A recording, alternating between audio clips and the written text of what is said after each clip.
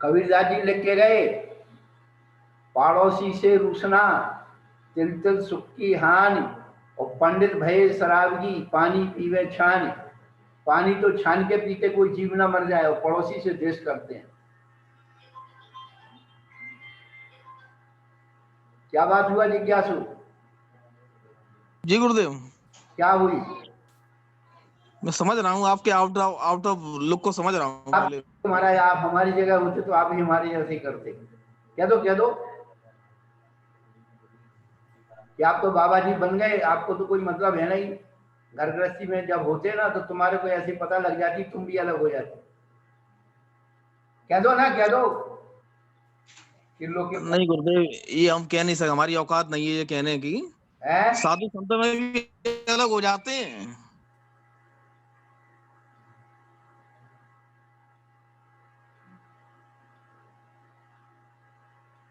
बाध्यस्थ भावम विपरीत वृत्तौ अवनयेषु माध्यस्थ वृत्ति, जो तत्व के अनुकूल नहीं चलते, ऐसे लोग मूर्ख लोगों के पीछे अपना समय बर्बाद मत करो। उन पर मध्यस्थ वृत्ति रखो, ना अच्छे में रहो ना बुरे में रहो।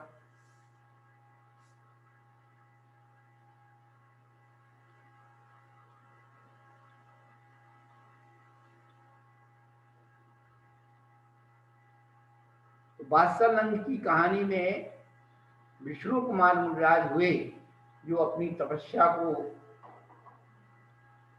क्या किया उन्होंने, विक्रिया रिद्धि बनाई, और विक्रिया रिद्धि से क्या बनाया, 52 अंगुल का शरीर बनाया। उन्होंने अपना मुनिपद छोड़ा नहीं था, ध्यान रखना, भ्रष्ट नहीं हुए थे। विक्रिया को, रिद्धि को उन्होंने उपयोग किया था। विक्रिया यदि मुनिपद छोड़ दे तो विक्रिया नष्ट हो जाती। नमोस्तु गुरुदेव, नमोस्तु गुरुदेव। गुरुदेव, ये वैक्रिया और विक्रिया दोनों अलग अलग चीजें हैं क्या? जो छोटे बड़े शरीर को बनाता है उसे विक्रिया कहते हैं, और विक्रिया के शरीर को व्याक्रियक शरीर कहते हैं। विक्रिया से व्याक्रियक बना है, पर जो औदारिक शरीर की विक्रिया बनती है और व्याक्रियक शरीर की विक्रिया बनती है। व्याक्रियक शरीर में भी छोटे बड़े शरीर को बना लेते हैं। नारकियों की अपृथक विक्रिया होती है, देवों की पृथक विक्रिया होती है, और मनुष्यों में त्रियंचों में भी विक्रिया पाई जाती है औदारिक शरीर की। भरत चक्रवर्ती जो ग्रस्त होता है उसकी विक्रिया के द्वारा एक कम 96,000 शरीर बना करके एक एक रानी के महल में एक एक शरीर को पहुंचा देता है। वो वैक्रियक शरीर होता है, विक्रिया के द्वारा और रानियों को तृप्त करता है। और जो मुनिराजों की विक्रिया होती है वो अलग होती है। मुनिराज की विक्रिया अलग होती है, वो तब का अनुकरण करती है। नमस्ते महाराज जी। हाँ। गुरुजी, ये छद्मस्त शरीर क्या होता है? क्या? छद्मस्त शरीर। छद्मस्त कहते हैं अल्पज्ञानी को। ज्ञान तो है लेकिन उसका थोड़ा ज्ञान है।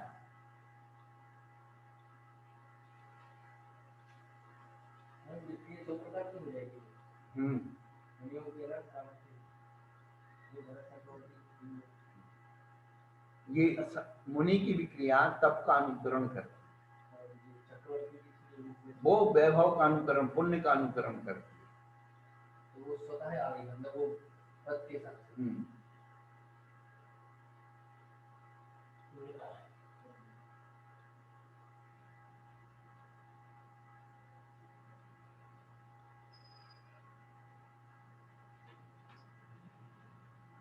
तो प्रतिवर्ष रक्षाबंधन के ऊपर आप लोग विष्णु कुमार मुनिराज की पूजन करते हैं, कहानी सुनते हैं, गुरु लोग सुनाते हैं, रक्षाबंधन पर्व मनाते हो।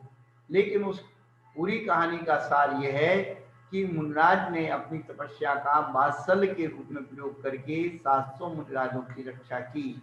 तो जब एक साधन विहीन साधु अपने साधनियों के प्रति इतना वात्सल्य रखते हैं, आप गृहस्थों को भी उस वात्सल्य से कुछ शिक्षा लेना चाहिए। कि हमें साधनियों से कैसी प्रीति, निष्कपट प्रीति करना है?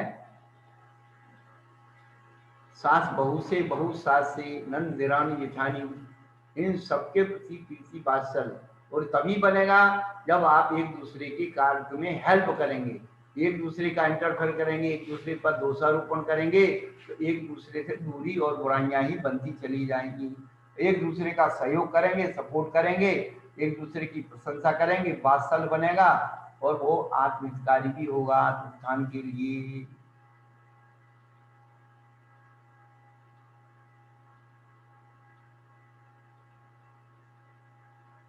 यहाँ पर जो वात्सल्य अंग की कहानी आचार्य भगवान ने बतलाई है, बड़ी भी सारभूत है, लेकिन उसमें आपको जो बात बताना चाहते हैं कि उन्होंने जो विक्रिया रिद्धि के द्वारा ही अपने शरीर की जो है अवगाहना को छोटा किया था।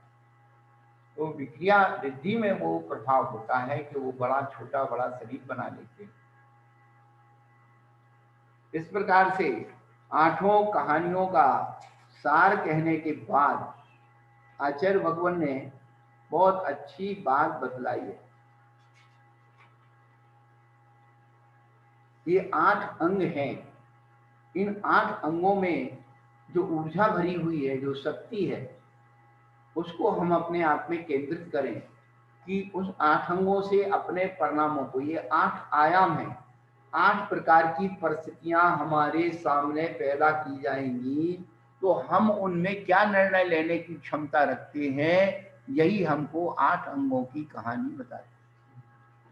उनके जीवन में तो घटित हो गई, हमें क्या निर्णय लेना है, उन कहानियों से क्या शिक्षा लेना है, ये बात इसमें खोजना है। पर आचार्य एक बहुत अच्छी बात कहते हैं, इन 8 अंगों का प्रयोजन क्या है? ये 8 में से एक आध कोई कम हो जाए तो काम चल सकता है क्या? तो कहते बताते हैं, नांगहीन मलं क्षेत्तुम दर्शनम जन्म क्षंततिम नहीं मंत्रो क्षरन्यूनो निहंति विषवेदना।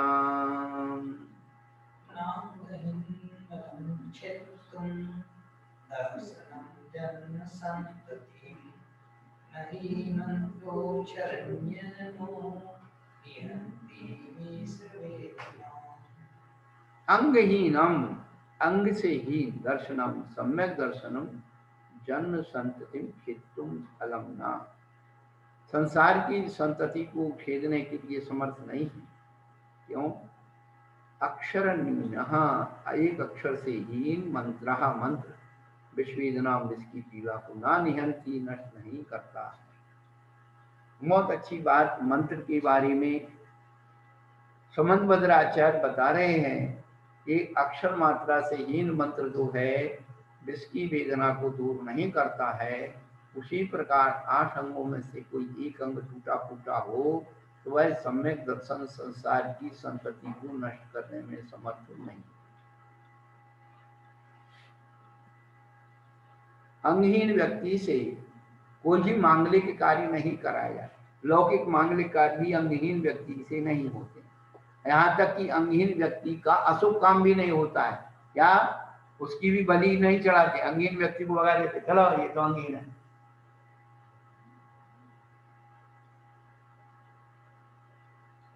दर्शनाचार्य ने भूत बलि पुष्पदंत की परीक्षा किससे ली थी? हीनादिक मंत्र के द्वारा ली थी।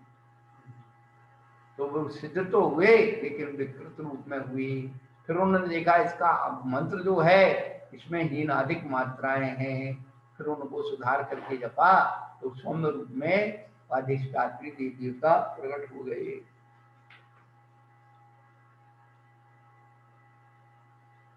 आज जो है मंत्रों की सिद्धि क्यों नहीं हो रही? बार बार हम विचार करते हैं, क्योंकि पहली बात मंत्र अशुद्ध रूप से लिखे जा रहे हैं, उच्चारण भी अशुद्ध रूप से हो रहे हैं। ओम में जो चंद्राकार बिंदी बनती है, उसका एक एंगल होता है, कितने कोण पर वो झुका हुआ होना चाहिए चंद्रमा की बिंदी। ह्रीम में हो या ऋषि मंडल मंत्र में हो, राम ह्रीम के साथ। आज पूजाओं में जितना भी मंत्र लिखा गया है वो बिंदी लगा के लिखा जा रहा है, जबकि उसमें चंद्राकार बिंदी आना चाहिए ह्रीम में। ओम ह्रीम हाँ, अब फिर जो है अनुसार बिंदी बन रही है, इसलिए उसका वाइब्रेशंस उत्पन्न नहीं हो रहा।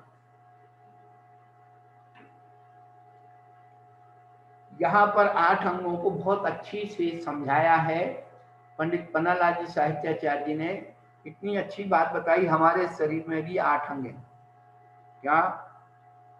2 पैर, 2 हाथ, नितंब, पीठ और स्थल और मस्तिष्क, ये 8 अंग हैं। इन 8 अंगों से ही मनुष्य अपना काम करने में समर्थ होता है।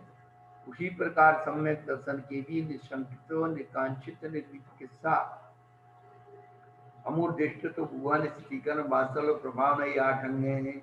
इन 8 अंगों के द्वारा ही सम्यक दर्शन की पूर्णता होती है और सम्यक दर्शन संसार की संतति के चैन्य रूप में अपने काम में समर्थ होता है। जब तक मनुष्य शंकाशील रहता है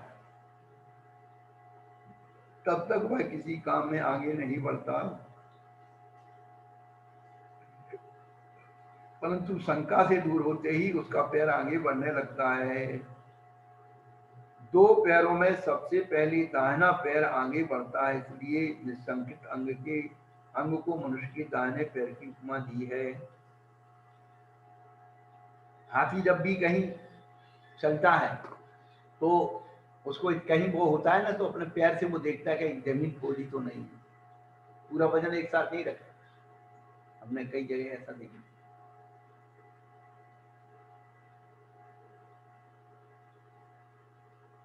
तो पैर बढ़ाने के पहले उसकी स्थान की परीक्षा कर लेना, निशंकित हो जाना। और जब पहला पैर आगे दाहिना पैर बढ़ जाता है तो बायां पैर निकांक्षित होकर के अपने आप आगे बढ़ता है। अरे हमारा भैया चला गया तो हम भी चले जाएंगे, तो शंका रहित हो जाता है।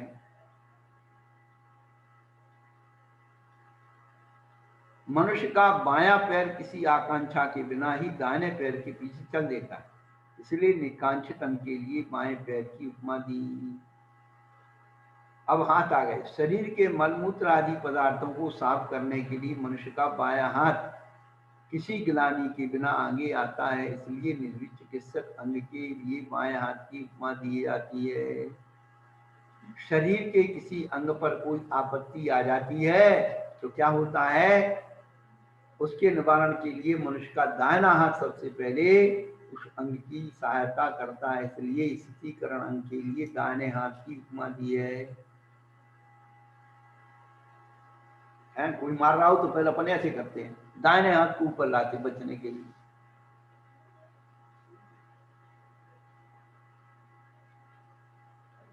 खोटे कार्यों से बचने के लिए मनुष्य की पीठ सहायक होती है, अर्थात खोटे कार्यों की ओर पीठ देने से मनुष्य पाप से बच जाता है। इसलिए खोटे कार्यों की मानसिक, वाचनिक, शारीरिक असहयोग कराने वाले अमूर्त अंग के लिए पीठ की उपमा दी जाती है। उसकी तरफ देखो ही मत, पीठ करके बैठ जाओ तो अमूर्त दृष्टि है। जिस प्रकार मनुष्य अपने नितंब को प्रकट करने में लज्जा का अनुभव करता है, उसे प्रकट नहीं करता, इसी प्रकार सम्यक दृष्टि जीव किसी के दोषों को प्रकट करने में लज्जा का अनुभव करता है, उसे प्रकट नहीं करता। इसलिए भुवन अंग के लिए नितंब की उपमा दी जाती है। कहते भैया ये जांग उतारो तो अपनी लाज, ये उतारो तो अपनी लाज। मनुष्य का जिसके साथ स्नेह होता है वह उसे अपने उरस्थल छाती से लगाता है, इसलिए वात्सल अंग के लिए उरस्थल की उपमा दी जाती है। और जिस प्रकार मनुष्य अपना सिर उठाकर अर्थात मुख दिखाकर लोगों को अपनी ओर आकर्षित करता है, उसी प्रकार प्रभावना अंग के द्वारा सम्यक दृष्टि दूसरों को समीचीन धर्म की ओर आकर्षित करता है। इसलिए प्रभावना अंग के लिए सिर मस्तिष्क की उपमा दी जाती है। अपना अपना कार्य करने के लिए सम्यक दर्शन के 8 अंग आवश्यक हैं। वैसे तो निष्कंकत्व अपेक्षा जब विचार करते हैं तब शुद्ध निकांक्षित निशंकित निकांक्षित निर्विचिकित्सक स्थितिकरण वात्सल्य प्रमाण, इन चारों का संबंध समाविष्ट चारों अंगों का होना ही अत्यंत आवश्यक है। और सम्मिष्ट यानी समाज संबंधी उन्नति दूसरों के दूर देखे जाते हैं। जिस समाज में एक दूसरे के दुख दे जाते हैं, कोई किसी की सहायता नहीं करता, कोई किसी के सुख दुख में सम्मिलित होकर आत्मीयता नहीं प्रकट करता, ना समीचीन कार्यों का प्रचार करता, वह समाज बहुत ही शीघ्र नष्ट हो जाती है। परंतु उसके विपरीत जिस समाज में दोष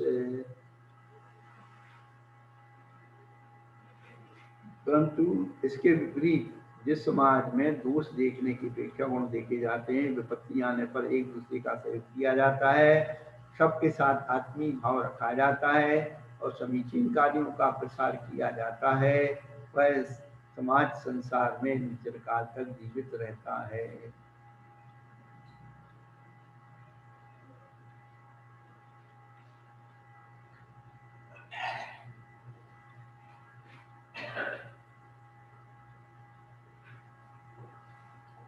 आठ अंगों का वर्णन करके अब आगे 3 मूर्ताओं के स्वरूप को बताते हैं।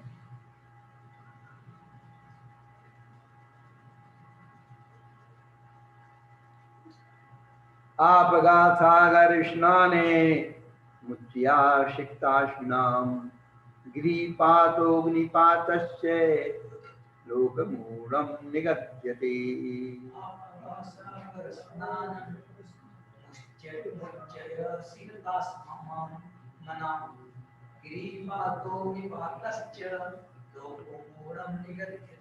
हाँ, आपगा, अब आपगा कहलाता है अब यानी जल, और जल का गमन को आपगा कहते हैं, नदी और सागर। नदी और सागर में क्या करना? स्नान करना।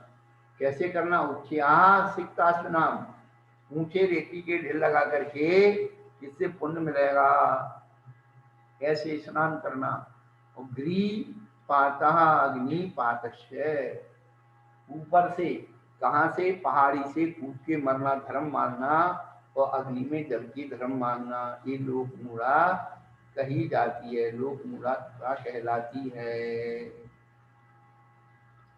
तो स्नान तो सभी करते हैं, लेकिन सरोवरों में या समुद्र में, नदी में, कहीं भी धर्म मान करके स्नान करना मूर्खता है, लोक मूर्खता।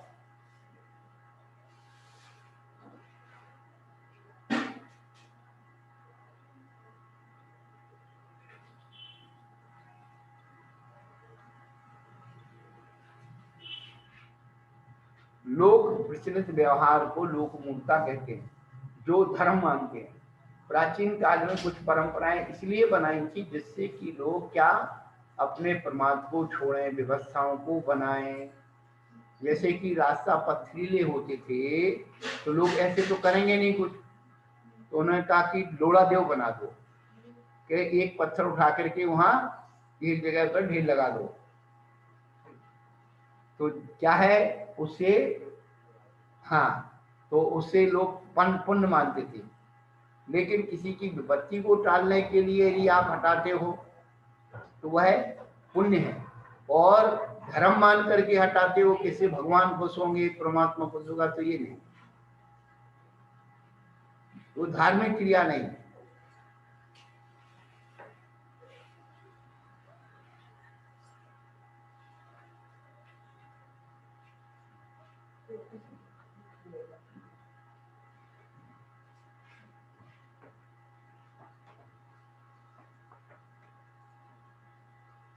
नदी में तो पहले भी लोग नहाते थे, समुद्र में अभी भी नहाने जाते हैं, पर क्या? धर्म मान करके कि पुण्य बढ़ेगा, इसीलिए स्नान करना मूर्खता है। मूर्खता का मतलब दूसरा का अर्थ क्या है? मूर्खता का अर्थ मूर्खता, और मूर्खता का मतलब क्या है? अपने अज्ञान को ज्ञान मानना मूर्खता है। मूर्खता है, अपने अज्ञान को ज्ञान मानना मूर्खता है, मूर्खता है। गलत को सही मानना मूर्खता है, और सही को गलत मानना मिथ्या है। क्या बात, सब याद हो गया?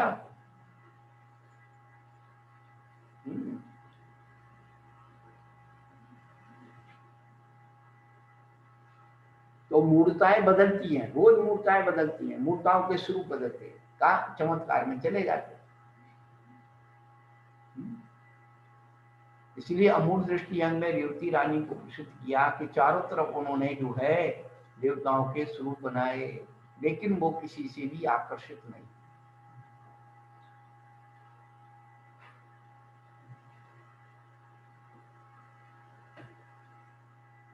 कोई सच्ची चीज का स्वरूप बनाना और गलत रूप से बनाना, दोनों में अंतर है।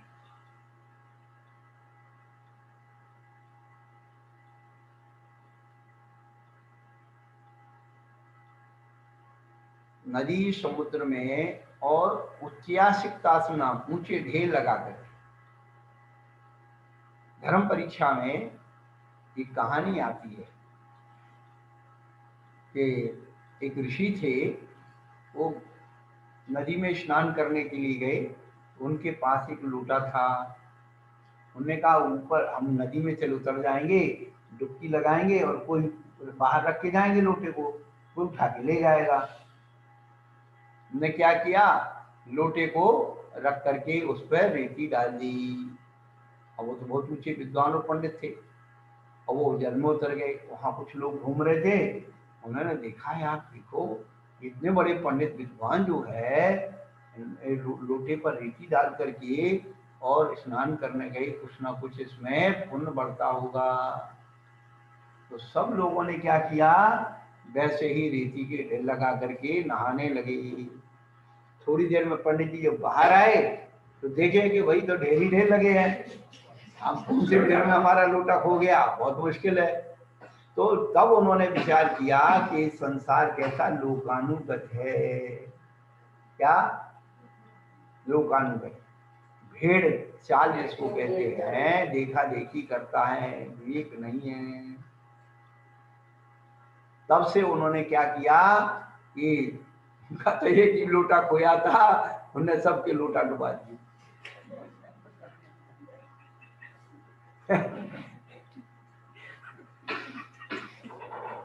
क्यों भैया, क्यों हंस रहा है? कुछ नहीं। जो अपनी थोड़ी हानि इसके कारण दूसरों की ज्यादा हानि कर देता है, वहीं मूर्खता शुरू हो जाती है। ये तो हमने अनुभव किया, जीवन का अनुभव।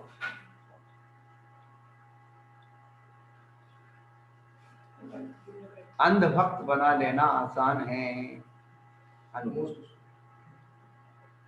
पर सच्चे भक्त बनना बहुत कठिन है।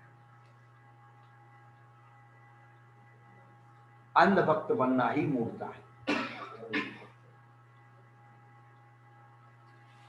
कबीरदास जी ने लिखा है, नर पशु गुरु पशु वेद पशु, नर पशु गुरु पशु वेद पशु, त्रिया पशु संसार, कहे कबीर वह पशु नहीं जाके विमल विचार।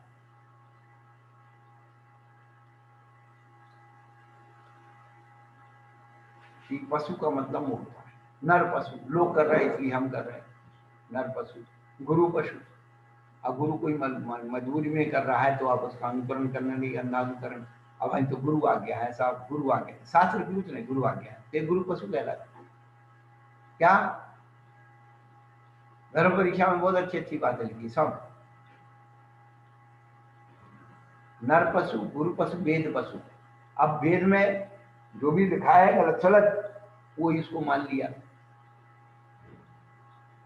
त्रिया पशु संसार, वो तो संसार त्रिय वर्ग के कहने में चल गया तो पशु के समान। हम क्या करें, कबीरदास लिखेगा बेटा मेरा दोष नहीं है, क्या करें। कहे कबीर वह पशु नहीं जाके विमल विचार।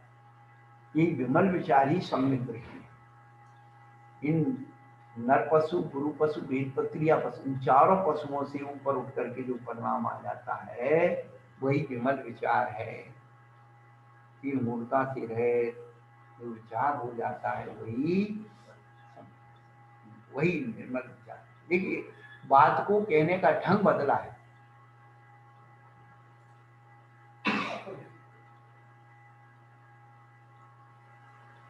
क्या नाम है?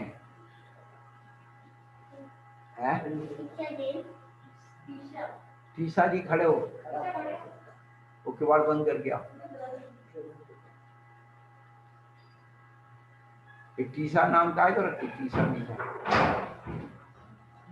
ठीक ठीक ठीक ठीक लगाओ, एक ठीक करके पहले, हाँ ऐसे ले उल्टा कर दो।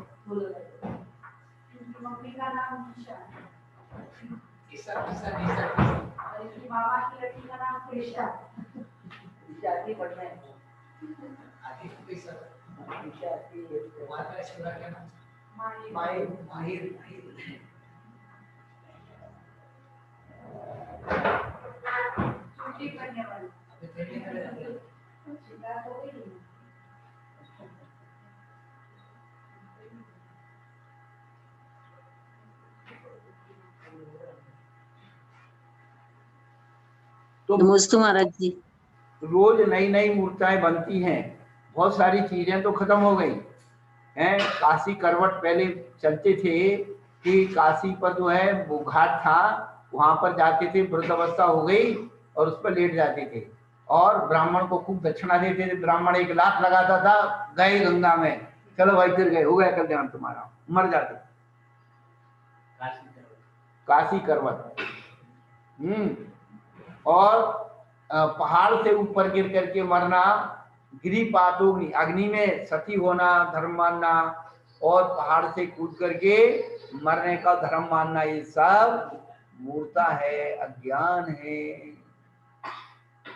अब ये सब थोड़े थोड़े कम हो गए, लेकिन नए नए चल गए।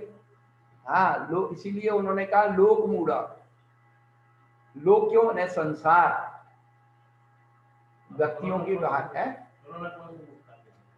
कोरोना ये महामारी में आएगा, ये अज्ञान नहीं है।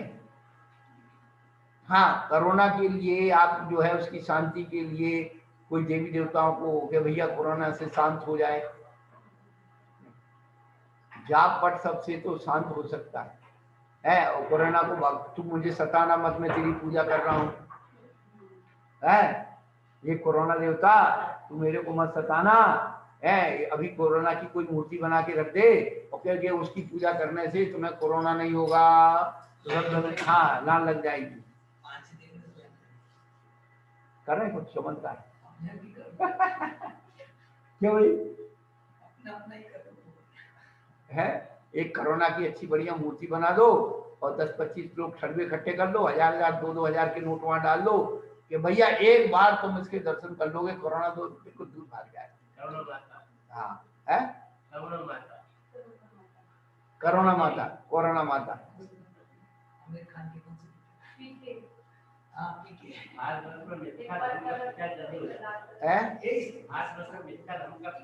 इसलिए हो जाता है कि उसको अपने धर्म पर आस्था नहीं है। क्या उसकी अपनी संतुष्टि नहीं है? जैसे रोज नई दवाई बदल लेता है, रोज डॉक्टर बदल देता है। काकू पाटा सरक जाएगा, नीचे गिर जाओगे।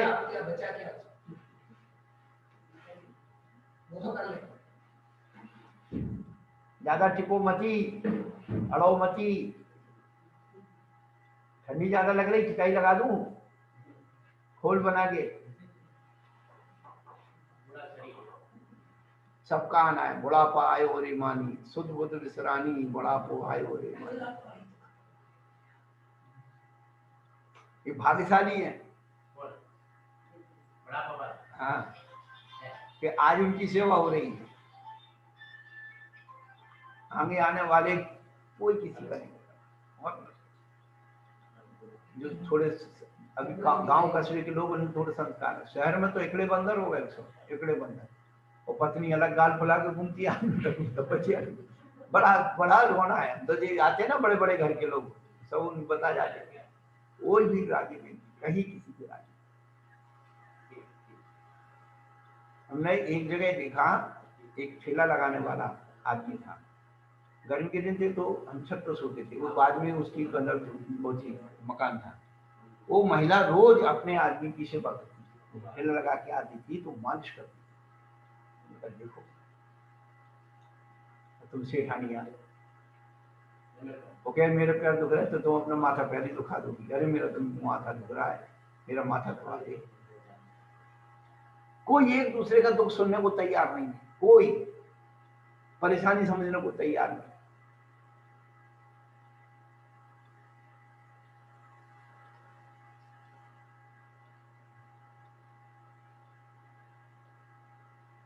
अपन तो ये कहानियां पढ़ते पढ़ते आनंद न हो।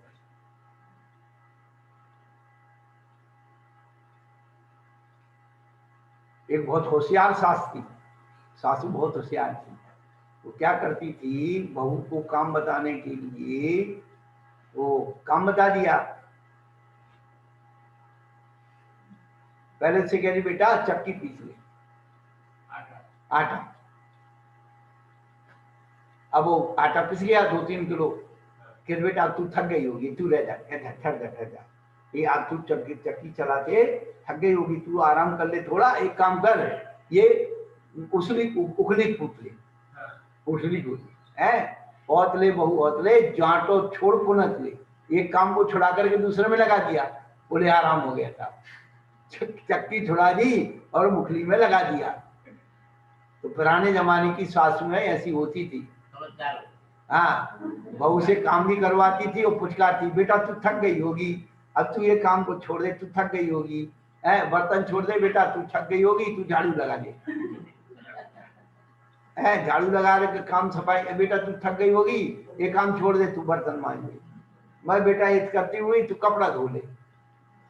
अब थोड़े से 2-4 बर्तन बचे तो बेटा तू छोड़ दे, मैं कर लूंगी, और तू ये काम कर ले। तू ज्यादा काम उसको बता दिया, 2-4 बर्तन, अब मैं भी बर्तन मंजवाती हूँ। सासू कहती है जे सच अनादिकाल की चतुराइयां औरतों में बनी हुई है। हम क्या कहें, हम मेरी कोई बात कहते लोग कहते हमारी चुगली कर दी होगी। क्यों प्रियंका जी? हाँ और क्या ऐसी होता है, सब घर घर की कहानी हम सब देख के आए। और एक तो बहू बहुत होशियार, सासू ने, हाँ बहुत होशियार थी बहू।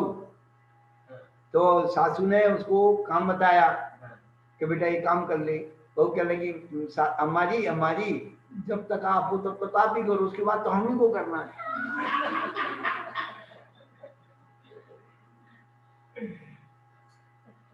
एक नई बहू आई, सासू ने अपनी सासपन दिखाया, ध्यान से रखना है, ध्यान से रहना, ये तुम्हारा पियर नहीं है, ये ससुराल है, ध्यान रखना। तो कहने लगी बहू के, मम्मी आपकी भी तो ससुराल है, आपका कौन सा पियर है? तो आजकल की नई बहुओं को ट्रेंड करना पड़ेगा। इस सासुओं से बहुत प्रताड़ित होती हैं, तो उनको ये क्या भैया तुम्हारी ससुराल नहीं है, तुम्हारा भी पियर है, तुम अपनी धौस किसको दिखा रही हो? समझ में आ गई देशना जी? इतनी है नहीं थी। तो तुम जाकर के यही करना है कि मम्मी तुम्हारी भी तो ससुराल है, तुम्हारा कौन सा पियर है जो हमको उपदेश झाड़ रही हो? तुम भी ससुराल में आई, हम भी आए, तो एक काम करो, अपन दोनों बहन हो गई। अब जब बहन है तो मिल बांट के काम कर लो, काम तो करना ही है, मिल बांट के कर लो। तो जब थोड़ा सा काम सासू का बचे तो कह रहे मम्मी ये हम कर लेते, वो तुम कर लेते।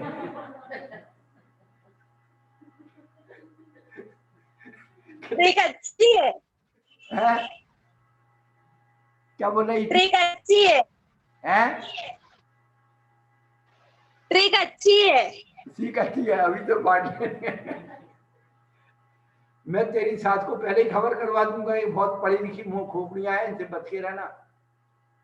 हाँ हमें पता है तुम कहाँ जाने वाली हो।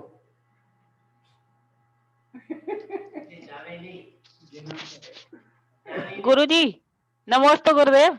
हाँ, चोर से कह दो चोरी कर लो और साहूकार से कह दो जागते रहो। क्या बात है, क्या बात है। तो दोनों ही जो है फंस जाएंगे एक दूसरे को।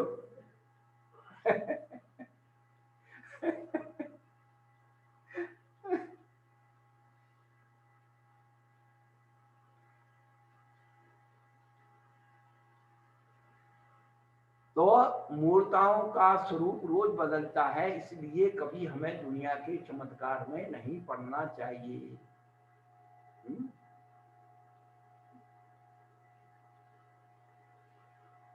धर्म मान करके किसी भी क्रिया को संपादन कर देना, यही मूर्ता कहलाता है।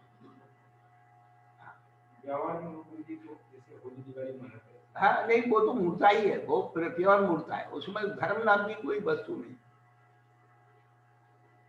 पर नहाने के बगैर काम नहीं चलेगा ना, अग्नि के बगैर, पानी के बगैर काम नहीं चलेगा। गाँव में बैठा है बनिया एक गले मारे जिसको तो उठ के आना पड़ेगा, वहाँ पे गोली चलती है, वहाँ पे भी जाना पड़ेगा। वो धर्म मान करके, मूल बात है कि धर्म की उसकी मोहर नहीं होना। लोग गुणम लिखे।